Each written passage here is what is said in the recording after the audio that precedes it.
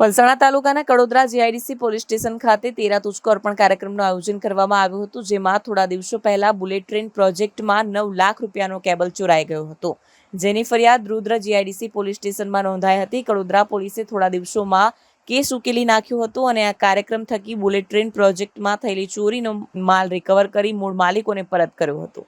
तारीख 16/3/25 को Kadodara GIDC police station में एक केबल और कॉपर ड्रम की चोरी का एक अनडिटेक्ट गुना रजिस्टर हुआ था।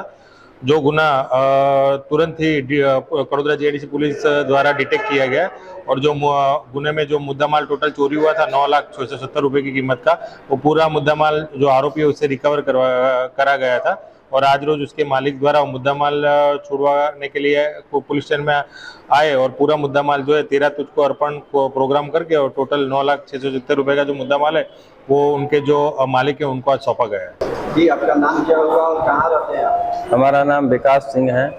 हम LNT बुलेट ट्रेन प्रोजेक्ट में जॉब करते हैं, सिक्योरिटी सुपरवाइजर के पद पे हैं।